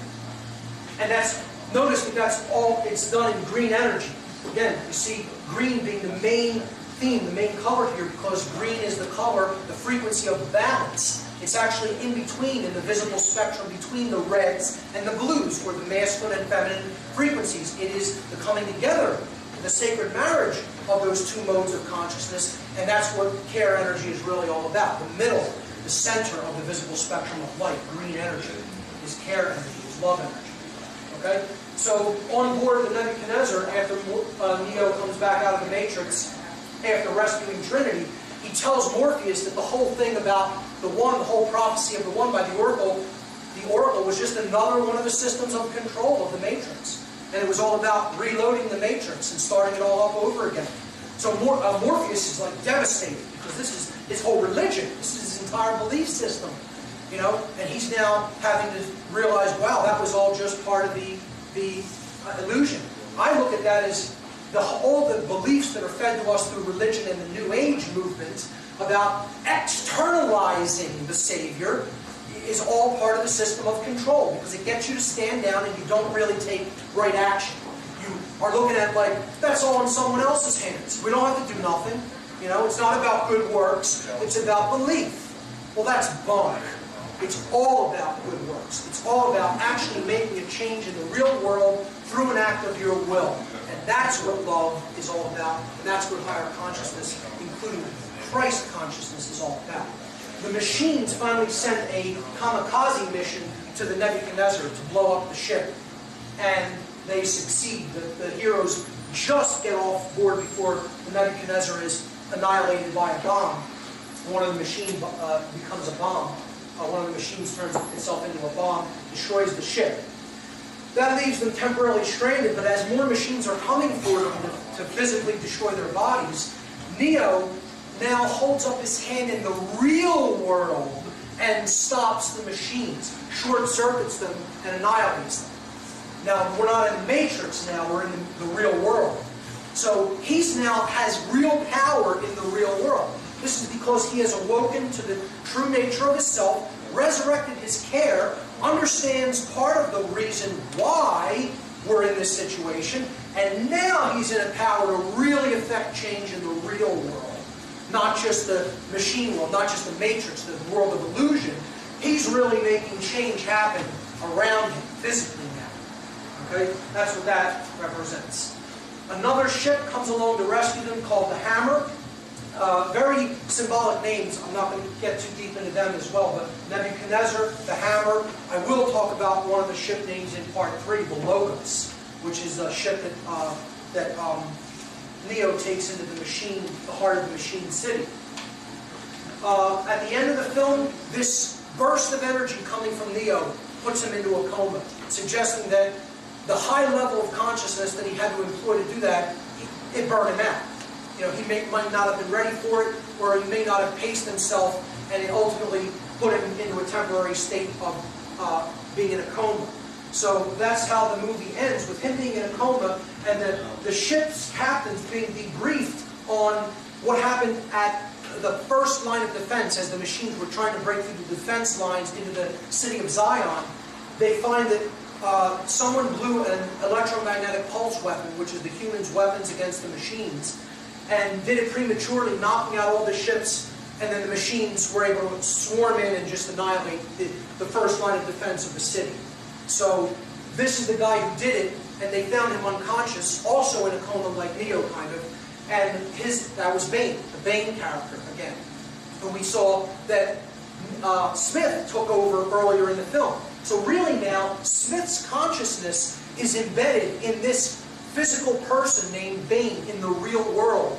And the spirit of death and the virus of poisoned worldview and the poisoning of the heart and care is actually operating through this man, through his body in the real world. And he's actually right across from where Neo is at, in the other health bay on the ship. That's how the movie ends. It's a big cliffhanger to be continued. I was kind of horrified by that in the movie when I saw movie number 2, because I didn't even know it was going to be continued. I thought they were going to kind of wrap this one up. And you know, when I saw it was to be continued, I was quite frustrated. So let's move to the third movie, and this is How to Get Out of the Matrix.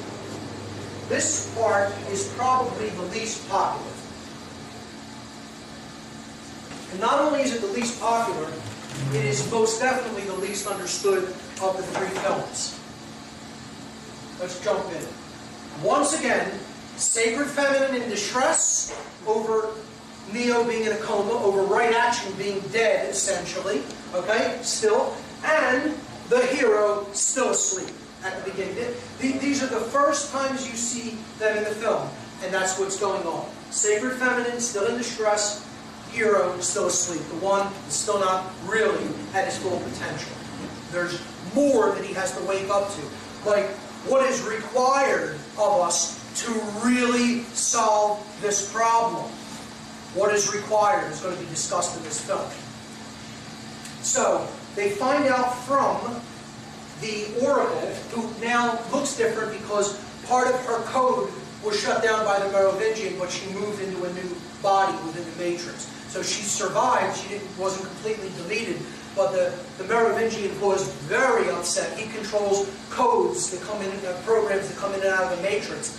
He was very upset that she helped the main characters to get the Keymaker, because he did not want the Keymaker released. So we learn from the Oracle that Neo is trapped in a place in his mind that is between the real world and the machine world. So he's not fully in the Matrix, but he's not in the real world either. He's somewhere in between. And that this construct is controlled by a program known as the Train Man, who you see here, the Train Man. All right? And he works for the Merovingian and follows his orders. So they want to lead a rescue mission into the Matrix to go back to the Merovingian and try to convince him to release Neo from this construct controlled by the Train Man. This is described as a black market of sorts for programs. Programs can make deals with the Merovingian, smuggle code in and out of the Matrix. One of the programs wants to get his daughter out of the Matrix because he says he loves her. And Neo finds that so hard to believe. A program can love. And I think what that's representing is that even the agents of the Matrix, they have their reasons for doing what they're doing. These are ultimately justifications, but they say, well, I have a family, I have bills to pay, I need to continue to do this, someone needs to do it, I can make money doing it, and they believe that nonsense, that this has to continue, this control system, and basically it's showing that they have underlying motivational reasons that could even be related to love and attachment to people within their family and their circles. So finally, with the help of Seraph again, Morpheus and Trinity go into the Matrix to try to make a bargain with the Merovingian. Well, what happens is the Merovingian tells them he wants the eyes of the Oracle because he wants sight of the future. He wants to be all-knowing, which the controllers of this world want to do. They want to see things before it happens. They don't want to play the game of chess, honestly. They want to control every function of the board so that the game is already, they know the outcome of the game before it's even played. That's what a reptilian mindset is all about. It's not about, it doesn't want any surprises. It wants 100% knowledge so that their victory is assured. So what he's saying here is he wants the Oracle's eyes. He wants the knowledge of prophecy of the future, of what act everybody is going to make so he can come out on top. And Trinity finally holds a gun to his head saying, we can all go out here. I'm ready to die. I'll take you out. You can kill all of us. But, I don't really care. So she's saying, I'm willing to lay my life down. And when the Merovingian finally does capitulate and releases Neo from the Train Man. Neo then, before they leave the Matrix, wants to go back and see the Oracle. And this conversation is very important to the plot. The Oracle says to Neo, she tells him that the architect told him what he told him because he is incapable of seeing past any choices. Because he doesn't understand choice. He is robotic consciousness. He's machine consciousness. He's left brain only consciousness that is divorced from any right brain intuition. So he doesn't have holistic intelligence. He can't really see the big patterns, the heuristic patterns. He can't see the forest for the trees. He can't even see the choices that are really right before him because he doesn't really understand choice or free will. He is totally deterministic. Okay? He's a machine mind. That's how a machine thinks. He says to him, choices are all variables in an equation. One at a time, linearly. A variable must be solved and countered, and that's how the left brain thinks. He says that's his purpose, to balance the equation, to make sense of reality and order and, make constructs out of things. Okay? And Neo says, what's your purpose? And she says, to unbalance it. Because she's the right brain aspect. She's the chaotic aspect. She's the intuitive aspect. She's the part that thinks heuristically and big picture thinking. All right? She can see intuitively into the future. She's non-linear time-based thinking, not time-bound awareness. So her purpose is to unbalance that left brain side, to bring balance to it, in other words. The Oracle then says, I see the end coming, the darkness spreading. I see death. And she's referring to Smith, this spreading of this virus within the entire world, within the matrix. She says, you are all that stands in his way. Very soon he's going to have the power to destroy this world. But I believe he won't stop there. He can't. He won't stop until there's nothing left. Okay, so the desire to control death, the destruction of the heart energy, doesn't want to stop. This darkness wants to infest everything until it has consumed everything. And Neo says, what is he? Referring to Smith. And she says, he is your opposite, your negative. Because Neo represents light and the will for freedom. And Smith represents death, decay, entropy, darkness, and the will to enslave. Okay? So she says, he is the result of the equation trying to balance itself out. So Smith finally comes into the Oracle and assimilates her, gaining her eyes. So now death, entropy, decay, actually has the vision and the foresight that it needs to move forward to really infest everything. So since we're talking about what these different programs within the matrix represent, I made this chart that breaks it all down. The architect of the matrix is the human ego, run amok, totally gone out of control, not checked whatsoever.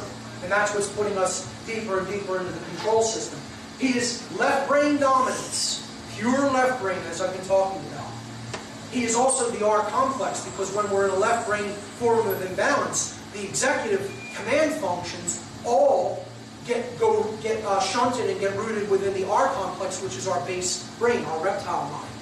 And that's why controllers all act like reptiles. It's all about me, what I can get, what I can afford, and screw everybody else.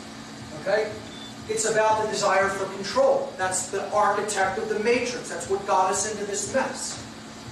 It is the deterministic aspect of creation. I would say it's the deterministic aspect of thinking, really. All right? It's determinism is what the architect represents. No wavering, no free will, no choice. Hard-line approach. Okay?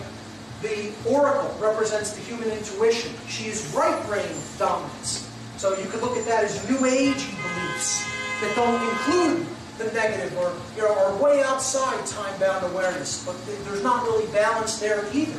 Okay? She could be interpreted as the midbrain or the limbic brain, the limbic system. She represents prophecies, seers, New Age belief systems. And she is the randomness aspect, the non-linear, non-time-bound aspect of ourselves, our mind.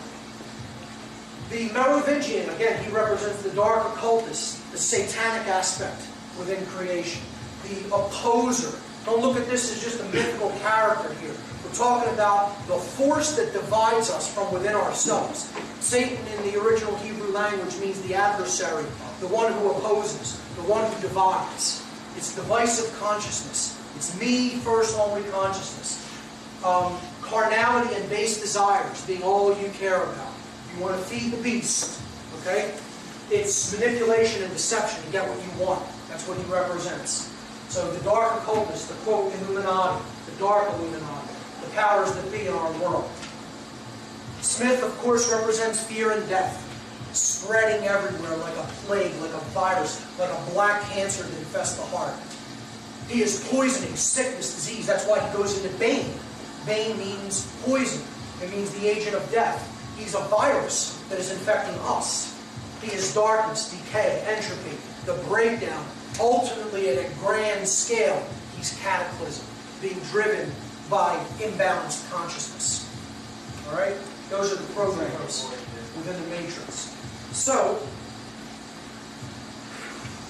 finally, the captains are discussing their strategy because they're kind of stranded outside the city of Zion. They're trying to get back in so that they can help the war effort because the machines are rapidly approaching. And in the middle of them making plans, all very, left brain, what are we going to do type plans, Neo barges into the room and says, I know what I have to do.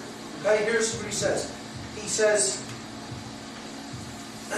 I know what I have to do. I need to take one of the two ships that are left, take it by myself, and take it to the machine mainframe, the machine city. And they look at him like he's completely mad, like he's completely insane. What he's saying is, I have to take this consciousness and bring it into the heart of the enemy. I have to get it into the heart of the people who are ultimately still powering the control system. And they're looking at him like he's completely mad. You have no weapons. What are you going to do yourself? No ship has ever gotten within 100 kilometers of the machine's defenses. You're going to do it with one ship yourself. They say it's a waste, you're committing suicide. Even Morpheus doesn't really speak up and is very hesitant and questioning of Neo. Finally, Morpheus's old girlfriend, Niobe, one of the captains as well, says, you can have my ship. And when Morpheus says, why are you doing that? You never believed in the prophecy of the One. She says, I still don't. I believe in him. I believe in Neo. I believe in his power to effect change. I don't need to believe in a prophecy. Okay? So she gives him her ship and lets him take it with Trinity into the heart of the machine world, the machine city. Meanwhile, on the other ship, Bane woke from his coma and killed the medic on the other ship. And he now goes onto the ship and hides there, the ship that Neo and Trinity are going to take to the machine mainframe. He's going to try to stop them, of course. Okay? And that ship is called the Logos, which we'll get to in a moment. So Bane is now on board the Logos, and he's holding Trinity captive. Again, he represents Smith, which represents death and the destruction of care, and he's holding the sacred feminine captive. All right? Neo tries to rescue her, and he is blinded by Bane.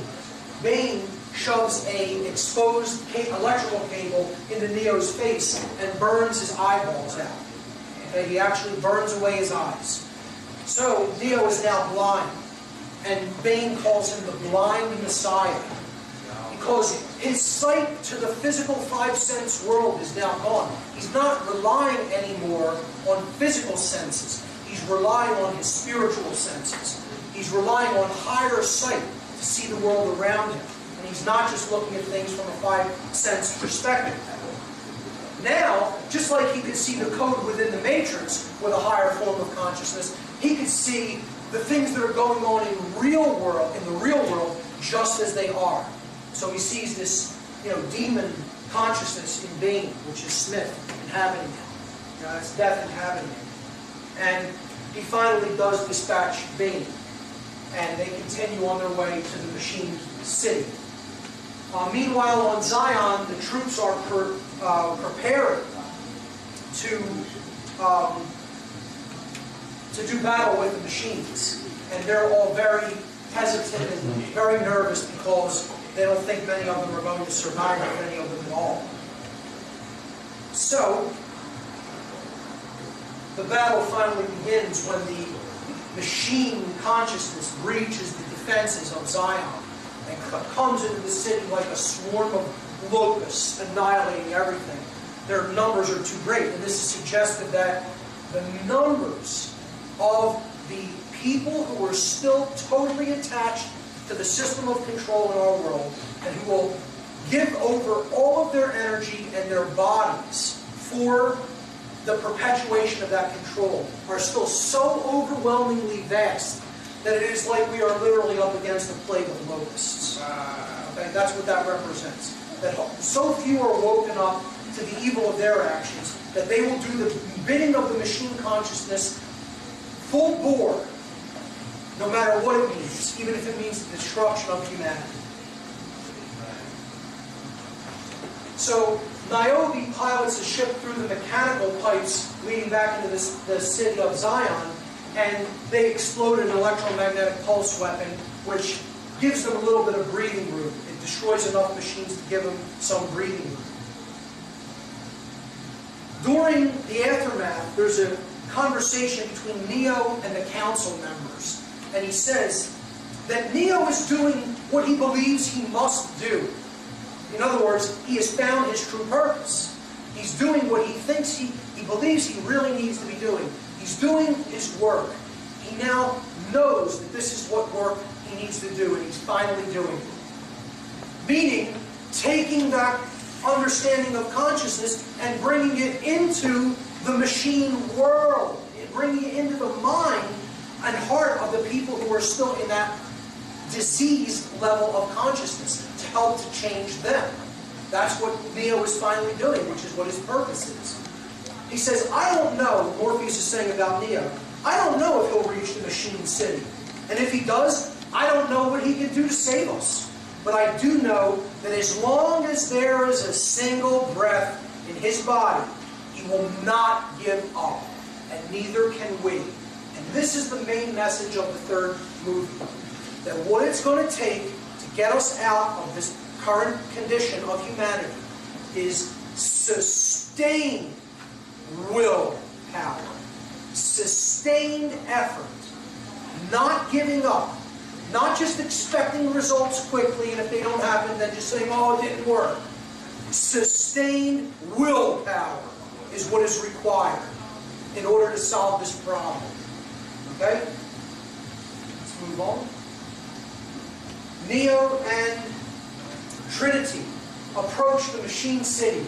I wish you could see a little bit clearer in this slide, but there are three main pipes that lead from the power plants that all the people are plugged into, giving their energy, and it's leading to the machine city, which is very far away from the power plants. This represents something very profound. There are three channels. There are three forms of energy that the machine consciousness is feeding on through us. And that is our thoughts, our emotions, and our actions. They feed on mental energy, us giving our thoughts over to their way of thinking and their worldview. Our emotions, they want to wire our emotions up into a ball and have us pump out all negative energy so they can feed on that. And our actions. We give our physical energy over to the machine world, okay, to the control system. There's machines there that are unimaginably enormous, and seemingly what is Neo going to do up against something that powerful? But ultimately he can stop a lot of these machines just by holding up his hand. So many of them swarm at him that he feels that he's almost overwhelmed.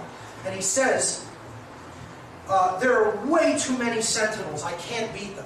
So even with his level of consciousness, there's so many people attached and plugged into this control system, I don't know how we're going to beat them. Finally, he says, we can't beat them head on, so go up, go over them. And this is, again, representative of this concept that's brought out as a motif, going up. They go up into the clouds, above the dark energy.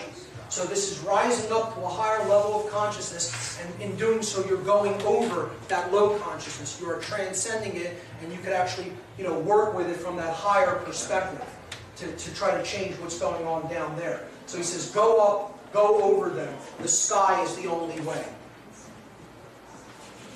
I'm going to wrap it up fairly soon. The Logos then crashes on re-entry into the dark aspects of the atmosphere. This is very symbolic. Logos is a Greek word that means word. The word. Okay? Now, what did we say the most powerful word was? Ultimately, the lost word is no. And that's what this ship represents. It represents saying no, crashing. Saying no, failing. Well,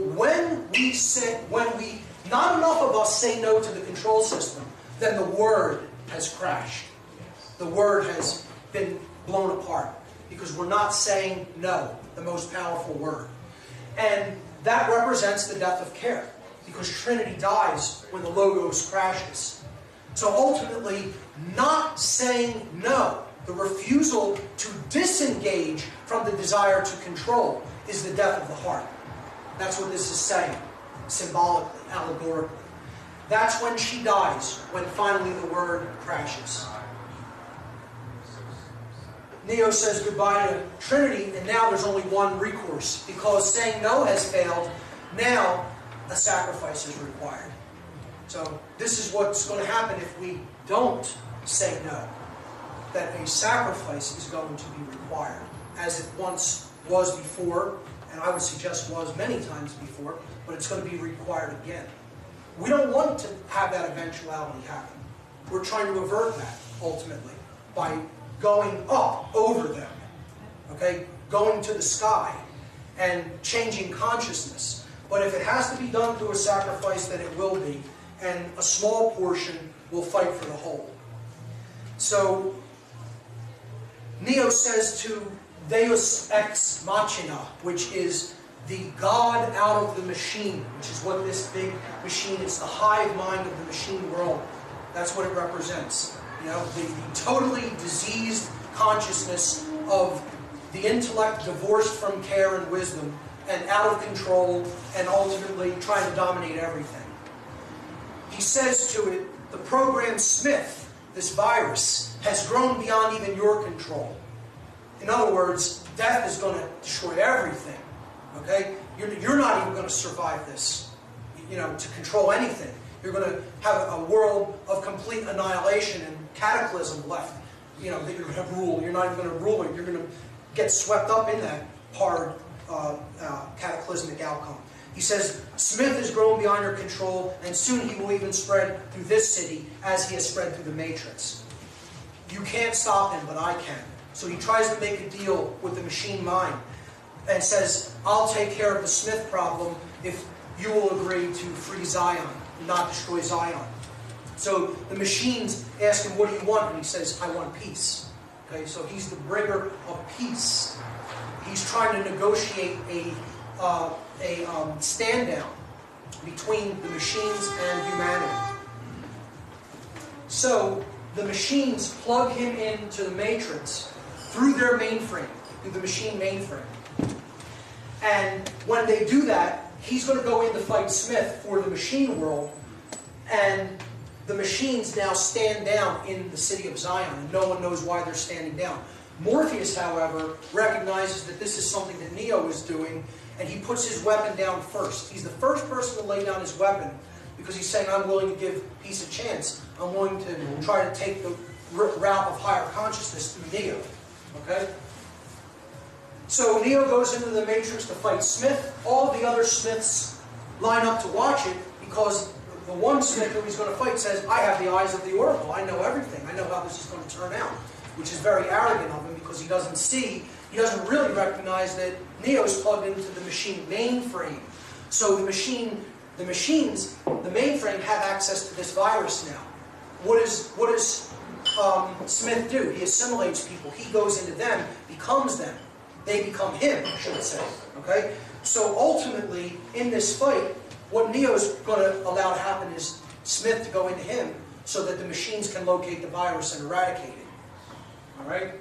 And in the middle of the fight, when it's looking totally hopeless for Neo, and Smith drives him from the sky like a meteor, like a comet, into the earth, and opens up a huge crater and a big blast of energy, Neo still gets up. He still gets up for more punishment. And Smith asks him, why? Why get up? Why keep on fighting? You can't win. You can't possibly win. What you're doing is pointless. It is pointless to keep fighting. Why do you persist? And the response that Neo gives is because I choose to. Free will. Sustained willpower. It doesn't matter if the actual physical changes are going to be seen in your lifetime. I don't care about that. I'm going to continue fighting evil regardless of what happens, because I choose to, because it's the right thing, and that's what I'm going to spend my energy doing. The end. And it doesn't matter if one single other individual lifts a finger. I'll do that until I can't draw breath. Now, that's how we're going to get out of the Matrix. come up to that level of awareness and consciousness and willpower, and then we'll have a chance. And probably not a minute before. So that's the answer of how to get out of the matrix. It may require sacrifice, even giving everything you have. Then we'll have a chance. So, finally, he allows Smith to absorb him, to go into him. And in doing so, since he is still connected to the machine mainframe, now through this act of sacrifice, the machines can locate Smith and exterminate his program. And that's what they do. He is blown up in another shower of immense white light. But this time, when he blows up, all of them blow up, all of the copies. And it blows up in the shape of a cross. Because this is about sacrifice. This is about completely giving of oneself in a messianic act. Okay? An act of willingness to save others. So this brings us to what is the actual character's name in the Matrix world mean. Anderson. Ander, man, son, the Son of Man. He is the Christ figure. He is the Savior figure, the Messianic figure. And when he dies in the Matrix, they show a cross right on his chest, and he's in a shower of golden light. Because he's the Christ consciousness. Neo is the embodiment of Christ consciousness and the willingness to give everything to create a change in the world. That's what he is. And you see the final position that his body ends up with in the machine world, in a position of crucifixion. So that is what Anderson ultimately represents symbolically. In doing this, the machines broker a peace between them and the humans, and the war ends. The war between the machine consciousness and humanity is over. This is announced to the people of Zion. They rejoice that the war is finally over and they can move on with their lives. The final scene is a conversation between the Oracle program, who now comes back into the Matrix. She is resurrected as well, after having been absorbed by Smith, and the Architect. And the Oracle character says to the Architect, well, the people of Zion are free, but what about the others? What about the people who are still connected to the Matrix, these power plants in the Matrix? She says, what's going to happen to them? The ones that won out. And the Architect has brokered a deal because of what Neo has done for the machines by eradicating Smith. See, it's about, he has conquered death. That's another concept of the Messiah or the Christ. He's conquered death. He is light. He conquers darkness. So, in an act of sacrifice, that light energy has conquered the dark. And the answer that the Architect gives is the profound ending message of the whole series, the whole trilogy. He says to the Oracle that the ones that won out will be freed. That is the final message of the Architect in the film. He says, obviously, they will be freed.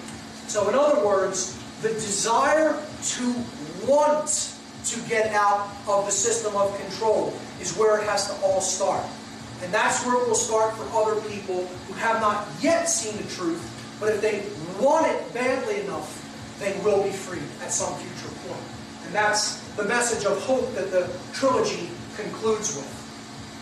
However, there is one other question that is what the whole trilogy is ultimately about. And I'm going to wrap up with this question and I'll leave you with it. And that is, ultimately, not even allegorically or symbolically, but in the real world, the question of this trilogy is, in the real world, who is the one? And the answer is, you are. You are. Thank you very much, ladies and gentlemen.